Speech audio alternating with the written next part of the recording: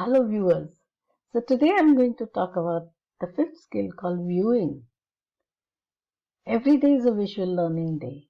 It's not that this concept is new because we've always been teaching through charts, pictures, images, drawings, doodling, and now in this age of technology, it's become more prominent and dominant way of learning.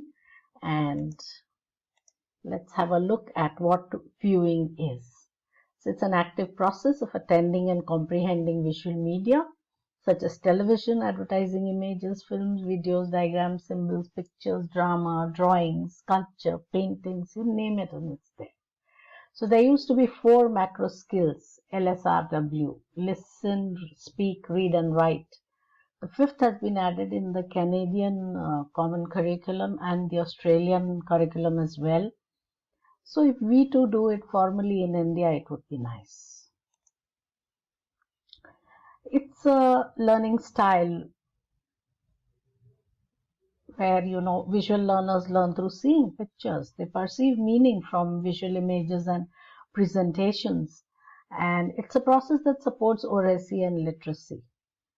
And it broadens the ways in which, students can understand and communicate their ideas, especially today in the technology heavy world.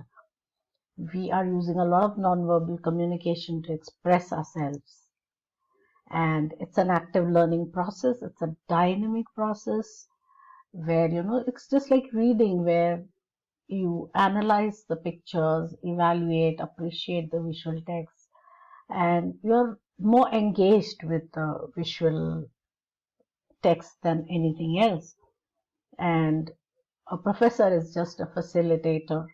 We have the multimodal delivery where knowledge is imparted and then the students' existing knowledge is taken care of and something added to it, and then they ask questions to clarify their doubts, then application of that knowledge and feedback and understanding what and how it is, and that's how the process goes on. As I told you in my short video, 90% of the information transmitted to the brain is visual, and it's processed 60,000 times faster than the text. So research has also shown that 65% of the people are visual learners. I myself am a visual learner. I like to draw and doodle and make drawings and things which create a better impact. I love graphic organizers and my board is always full of those images and graphic organizers when I'm teaching, and I find that students relate to it much better too. So why is viewing important? Now outside the classroom, if you see, all the students are exposed to visual and multimodal texts which use images. Social media is using almost all images.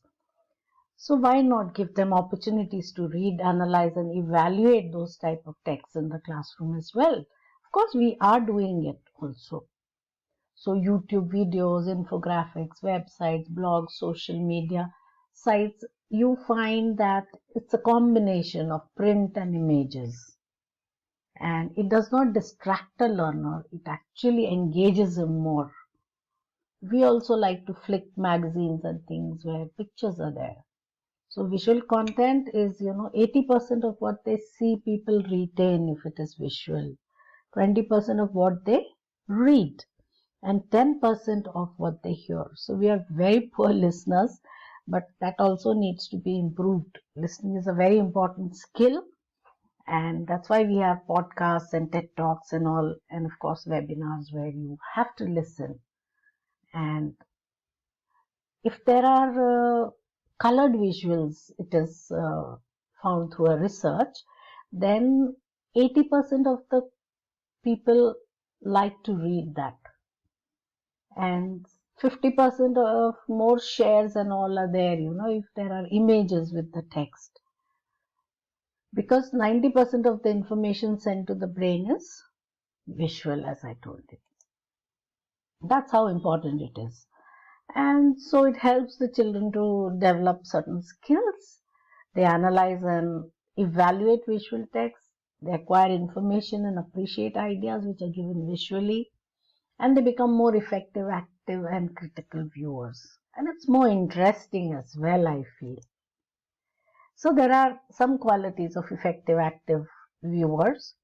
They activate the schema, the prior knowledge, and then anticipate a message, predict, speculate, ask questions, engage with the text basically, to seek and check their understanding, making connections, joining the dots back and forth, and pausing, reviewing, analyzing, evaluating, so their understanding becomes strong.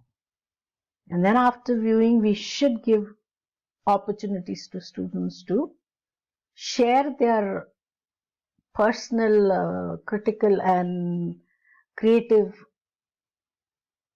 analysis of visual text. That will help them to reflect, analyze, evaluate, and create new things as well.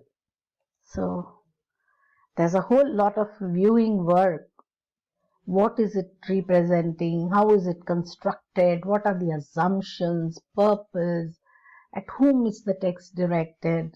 What's my reaction? What causes this reaction? All these things help the students to engage better with the visual text. So happy viewing. Thank you.